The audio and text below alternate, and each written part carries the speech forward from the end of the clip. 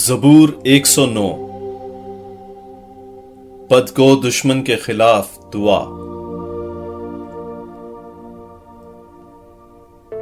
اے خدا، تو جس کی میں حمد کرتا ہوتا ہوں، خاموش نہ رہ، کیونکہ بے دین اور دغاباز کا منہ مجھ پر کھل گیا ہے۔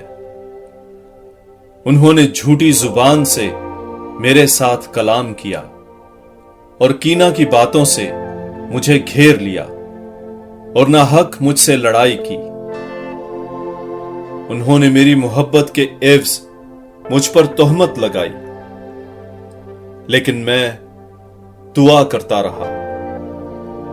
انہوں نے مجھے نیکی کا بدی سے اور میری محبت کا نفرت سے بدلہ دیا۔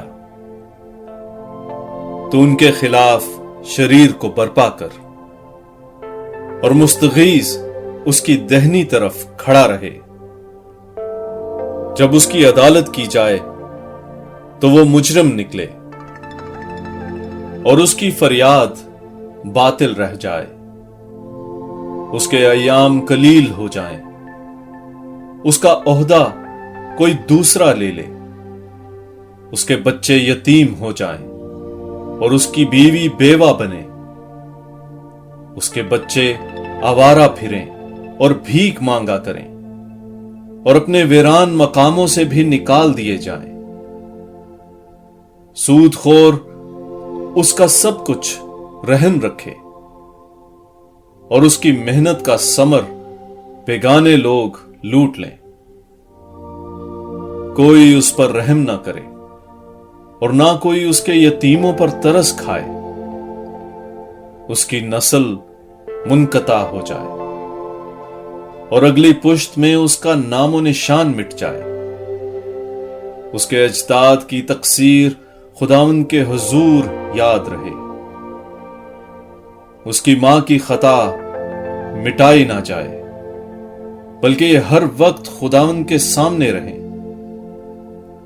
ان کا ذکر زمین پر سے نابود کرے، کیونکہ اس نے رحم کرنے سے غفلت کی، بلکہ غریب و مسکین شخص اور شکستہ دل کو ستایا تاکہ اسے قتل کرے۔ وہ لعنت کا مشتاق تھا، بس یہ اس پر آ پڑے۔ برکت کی اسے خواہش نہ تھی، بس یہ اس سے دور ہو۔ وہ لباس کی طرح لعنت کو پہنے، یہ پانی کی طرح اس کی انتڑیوں میں اور تیل کی مانند اس کی ہڈیوں میں داخل ہو۔ یہ اس کے لیے گویا پوشاک ہو جو اسے ڈھانپے، اور پٹکے کی طرح ہو جس سے وہ ہر وقت کمر بستہ رہے۔ جو مجھ پر الزام لگاتے ہیں اور جو میرے خلاف بدی سے بات کرتے ہیں، ان کے لیے خداوند کی طرف سے یہ اجر ہو۔ لیکن تو اے مالک خداوند، اپنے نام کی خاطر میری طرف ہو۔ چونکہ تیری رحمت شفیق ہے، مجھے رہائی دے، کیونکہ میں غریب اور مسکین ہوں اور میرا دل میرے اندر زخمی ہے۔ میں ڈھلتے سائے کی طرح غائب ہو جاتا ہوں اور ٹڈی کی مانند اڑایا جاتا ہوں۔ فاقے کے سبب سے میرے گھٹنے ڈگمگا رہے ہیں اور میرا گوشت فربہی سے محروم ہو گیا ہے۔ میں ان کے نزدیک باعث ملامت ٹھہرا ہوں۔ وہ میری طرف دیکھ کر سر ہلاتے ہیں۔